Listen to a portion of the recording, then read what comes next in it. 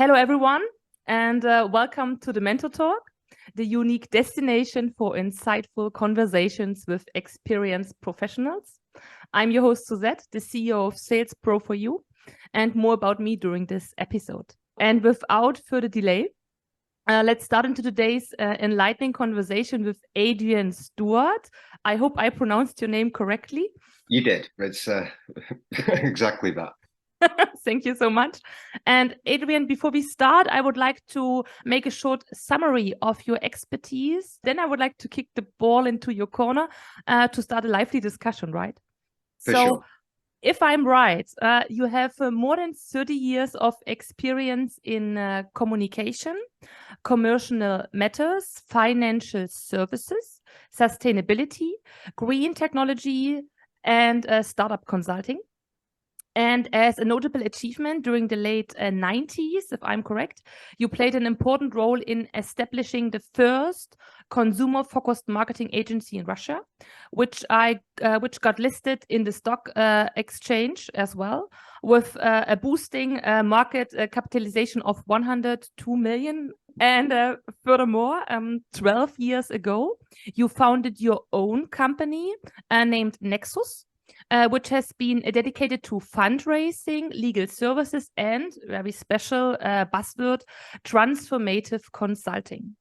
So, Adrian, it's a real big pleasure to talk to you today. And yes, let's start, right? So maybe you can speak a bit about your expertise within the last decades. For sure. And thank you very much for having me on your podcast. 30 years is a stretch, probably 25, although it feels like 30 sometimes. Yeah, I mean, our background's quite interesting, maybe slightly unconventional. I would describe myself primarily as a marketeer. I did a couple of degrees in the UK where I'm originally from. When I finished my master's, I had the opportunity to go out and work in Moscow for a British entrepreneur where we ended up founding the first professional field marketing agency in Russia post-perestroika. So our job in the end of the 90s when we started was to help grow brands for big multinational companies like P&G or Mars or Pepsi in a market which 5 years previously didn't have any brands. So it was an amazing sort of opportunity. It was an amazing period in an amazing country.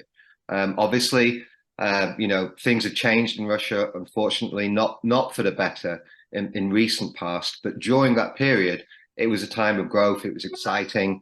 A middle class emerged within the country, and all the major brands were there and doing very well. And on the back of that, we sort of grew that Russian business. We started off primarily as a consumer marketing company. What we would do is we would work for brand managers in places like Procter & Gamble, and we would help generate brand awareness for all of their SKUs. So, our main USP, I guess, in the early days was our ability to sample product in 100 cities simultaneously across 12 time zones. So it was more logistical. But we understood that the days when brand managers were just going to give us $1 million to give away free product were not going to last forever. And we became a more integrated solution. So we built a trade marketing solution. We created more quantifiable mechanics. We created multiple touch points, I would say. So we built a customer contact center. We bought a small digital startup right at the nascent period where that was a thing. So we had the ability to communicate with the customers of our clients across multiple different touch points. And in our experience, that was always going to be more effective. And we were lucky enough to have enough volume going through the Russian business to, as you said, list it on the UK Stock Exchange in 2006. I guess the only company from our sector that's ever done that or will ever do that in many ways. And on the back of that, we simply started to acquire like or complementary agencies all over the world and created a sort of global field marketing network. I think at one point we were 28 agencies in 18 countries. So, we expanded far, far beyond the original market, initially into Central and Eastern Europe, but we had an agency in India, we had 2 agencies in Turkey, we even had a consulting company in the UK. So those were, you know, tremendously exciting times. We employed lots and lots of young, dynamic people all over the world, and it was, you know, just very enjoyable working with all of these major multinational brands from multiple different sectors. In terms of the history, I don't know if you remember, but around 2008, 2009, the world took a hit, and you know, we felt that we were insulated somewhat from being simply in one market, which is always dangerous. Things can happen, but every market we were in was suffering, because every country ultimately was suffering. It was a global recession. So during that period, I do remember being sat in Istanbul when I realized Lehman Brothers had just gone bust, thinking, oh goodness, what does the future hold? Most of our partners, we'd bought their businesses on earnout, and I could see a future for myself where I was going to spend most of my time renegotiating with our agency partners who we'd acquired, and very limited time talking to clients, which is what I always like to do. So at this point, I sort of went to my board and asked if I could resign, because I wasn't that suited to being the CEO of a company in that situation. And they said no, which is fair enough. But what I said to them is, look, if I can find somebody who's better suited to being the CEO in this situation, you know, and I will find that person. Will you let me go and you know, try and focus on something that will enable me to keep talking to clients? And in the end, we found that guy. I went away and I set up a small boutique consulting company called NEXUS International. There's now 5 of us, all of which are equal managing partners. And the idea behind that was essentially, we'd met so many interesting people, so many clever men and women on the journey, and we just wanted to pull them together under one roof, where we could tap into all of that experience and expertise. And the profile of people that we're talking about here are people that we'd bought businesses off, clients who we'd worked with and had a successful and good relationship with, just people we'd met on the journey, really, from multiple different countries.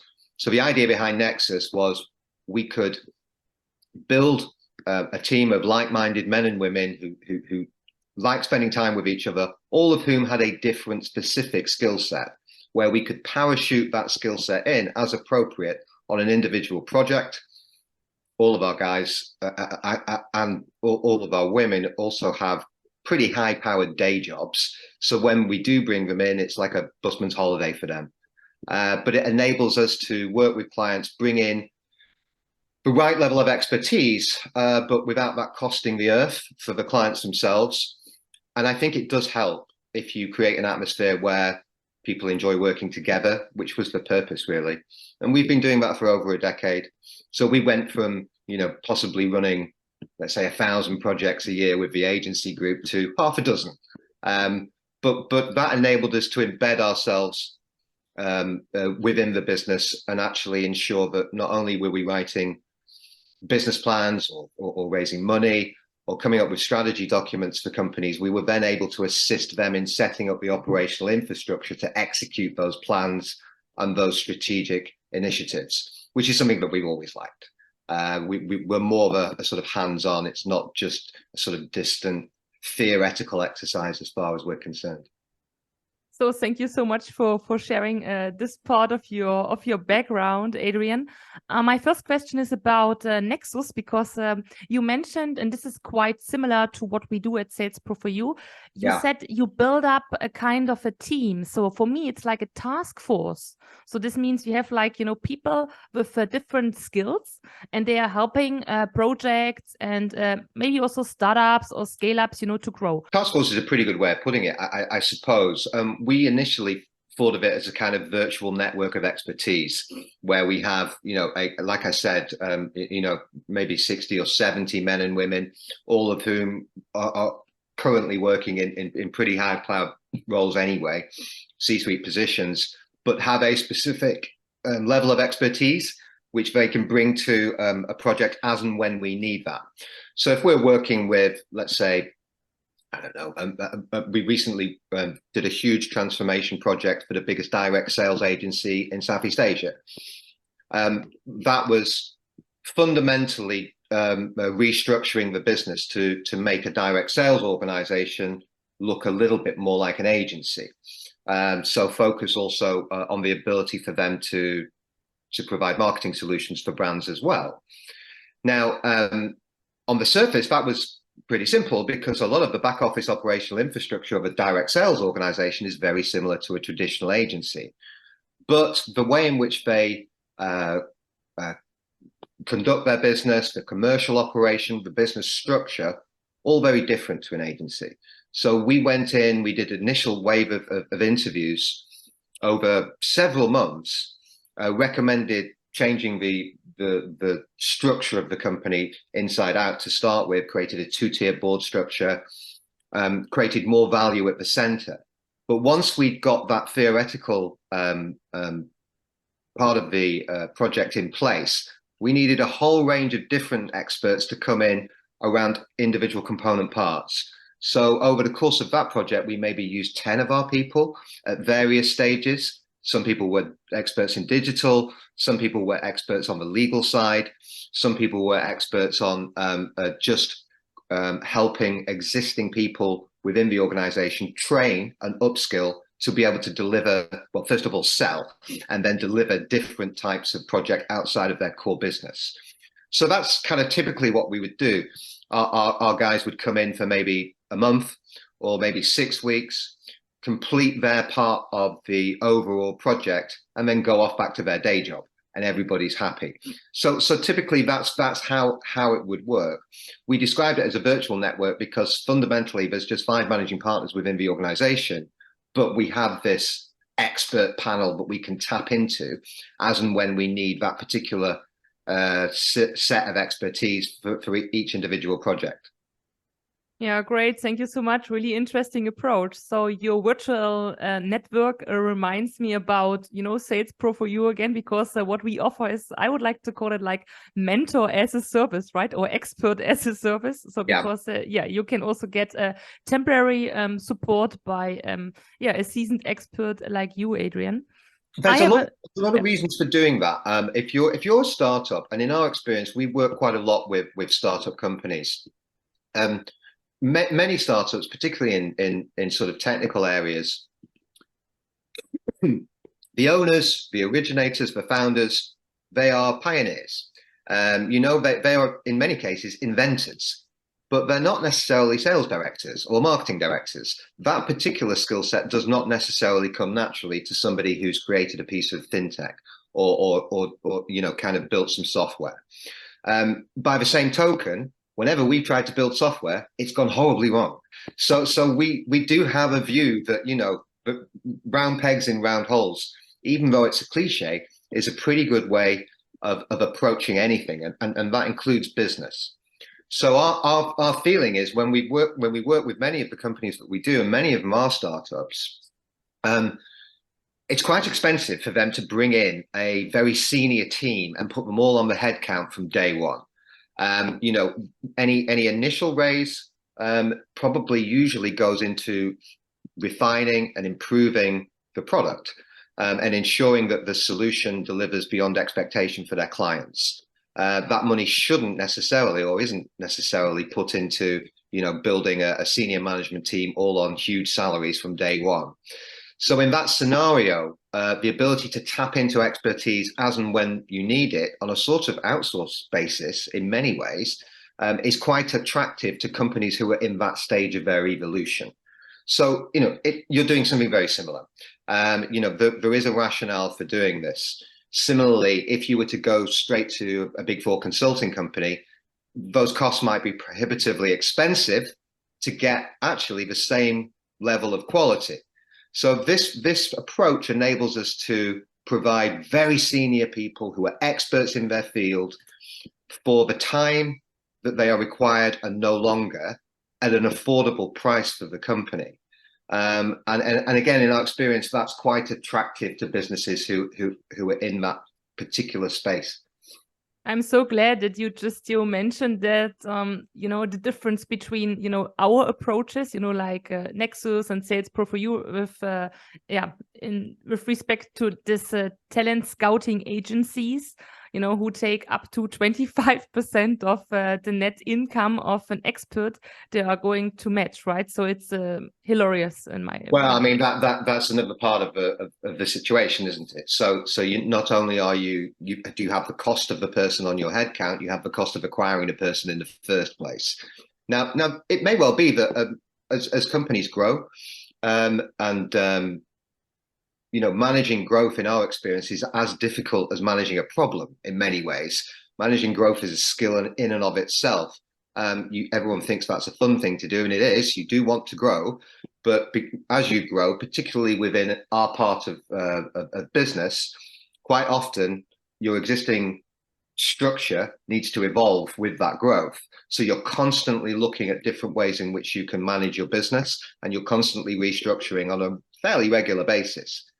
Now, as companies get to different stages in their evolution, they may well want to create a senior management team, put a couple of men or women on the headcount, and that's normal. But to do that from day one, I think is probably prohibitively expensive, and it's not necessarily the best way forward. As I said, tapping into expertise as and when you need it, just for the moment that you do need it, is a pretty good way of doing it. Another great way, to be honest, and it's a way that most young companies operate, is to build from within. So, when we started our agency back in the day, a couple of the directors who eventually became directors started off as merchandisers working for Mars or for Pepsi. And they literally lived and breathed the entire business through every single hierarchical stage until they eventually understood the business so well that why would we bring in someone else as a director? We'd already created that expertise in-house. And that's obviously another way to do that. And by bringing in people like the guys and women that you work with, the types of people we have in our expert panel, that can rub off on the existing team anyway. So they are getting a benefit, even if they only see these people for a relatively a short period of time. That skill set, that experience, their personalities rub off on the people who are already within the business, and that can only make those people grow and become better in the future. So that's how it should work in theory. Yeah, thank you so much, Adrian. I totally agree with you. So I wrote down a couple of questions. So let me try to figure out which I'm going to ask you first. So maybe we can speak again about managing growth. Yeah. I would like to understand how, or maybe you have an advice. So this is actually what I'm trying to ask you for. If you start a business in a 4-agent country, for example, in Asia, in Germany, in France, just point your finger on the map somewhere, how to do it best? Well, it depends on the sector, obviously. It depends on what your product or service is and whom you're trying to sell it to. But ultimately, my main piece of advice is sort of twofold. In order to grow, you need to sell. And in order to sell, you need a product that meets the requirements of a target audience. I mean, all of this is very simple stuff, but it's no less true for that. Successful products can fail simply because a business doesn't know how to reach its target audience and effectively sell. And you always have to be selling. Now, if you start to generate revenue in excess of what your expectations are, then that becomes potentially difficult in terms of delivery. And another issue we find with many startups is they overpromise and underdeliver in many cases. So it's a balance. You need to be very strong on the finance side in order to make sure that you're planning accordingly with your budgets. So any startup, I would say, needs a strong CFO or financial controller from day one in-house. I would suggest that makes a lot of sense. But in terms of successful businesses, I wouldn't make it any more complicated than ensuring that you know how to sell and who to sell to. and you focus a lot of your energy into that part of your organization, because we were effectively selling solutions driven by people. And in that situation, you're very much dependent on your ability to ensure that across each part of the product or service chain, there are no issues. If you're in the service industry, you really do have to exceed expectation in terms of delivery. So operational excellence is absolutely key to all of that. And in order to generate operational excellence, you need to have great systems and great processes. You need to be able to see, okay, this is what works. Now we need to document it and replicate it. So in that situation, you need to be very strong in terms of process and system. And I could probably apply that logic to businesses outside of the service sector as well, but it's absolutely crucial for service industry companies like ours. Thank you so much. I would like to delve more deeply into this, facts you just shared with me, but the time flies. So next question, I'm so sorry. But we have to keep the listeners curious. So, okay, I will just continue. Do you think a CEO should do sales? Because we spoke about startup pioneers, founders. So do you think any kind of, independent of the company size, do you believe a CEO should, interact with the sales team, or should he or she just, focus on the vision, building on the vision of the company? Again, it depends on the evolution of the business. If you're CEO of a company with 3 employees, I think you've got to get in there and probably make a few sales, Ultimately, though, the role of a CEO as businesses grow is more to ensure that there is they are overseeing the implementation of the strategy and the governance of the business. Now, in this situation, I would say define sales. CEO in that scenario is still maintaining a lot of key strategic relationships, either at a high level on the client side, but less about selling an individual product or service, and more about ensuring that that client is happy with what the company is providing for them. Similarly, you have so many different strategic affiliations, whether it's with investors, whether it's with new money that you're trying to bring into the company, whether it's with think of any strategic partnership that you need in order to build a business. The CEO maintains those relationships. So it's a relationship and strategic position as well as a governance position. But should a CEO go out and sell? Well, if your business has reached a critical mass, you have a sales director. You have people who report into the sales director, and you have people who are constantly delivering solutions for clients who are selling anyway. If you produce a decent operational delivery and execution, then that's the best way to sell, because you'll get repeat business because your client is happy. I think they call it the service profit cycle, where they talk about happy clients, happy people equals happy clients equals happy profits. Again, pretty simple stuff, but no less true for that. So if your people are happy and they're working within the context of good systems and processes which they can replicate and deliver great quality for their clients are going to keep with you. They're going to stay with you. And ultimately, most of the best businesses, in my experience, yes, they're generating new business from new customers, but they're generating most of their new business from existing customers. And this is key. Now, you don't need the CEO to be doing that, because if the business is working properly, it will happen organically. Yeah, thank you so much. Very nice insight, and also a good anecdote I will trying to use afterwards with respect, the customers you have and how they, shape or help you to grow your business. Sure. And my last question is it's a personal question. I hope I'm, allowed to ask you. Well, we'll see. Thank you. How or what is your motivation to be a mentor or expert for sales pro for you? Oh, crikey. So look, I don't know if it comes across. I hope it does, but I enjoy all of this. This is something that you intimated that I'd been doing, let's say, nearly 30 years. But you tend to enjoy things that you're quite good at. have done this for a long time. It's something that I've found great joy in, and it's something that I've also found that I'm quite capable at. And you know, if you find a role or anything in life where those criteria are ticked, you want to keep doing that. Things have changed. Obviously, things have evolved dramatically since we started. I think, you know, the biggest change within our business is we've moved from primarily working with organizations using people to you know, a completely different dynamic in terms of the digital landscape.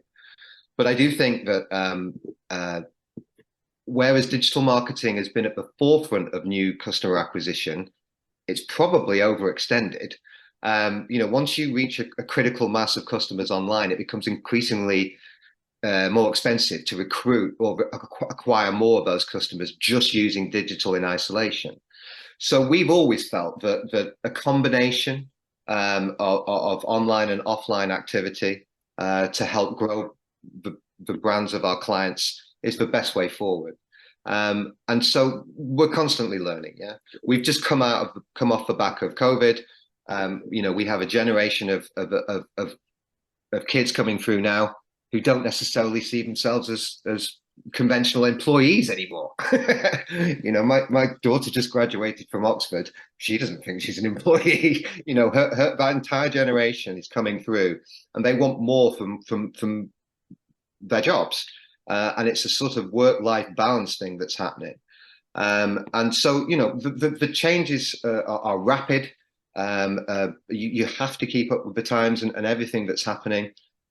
Some things like COVID have just accelerated problems that were already going to be problems anyway.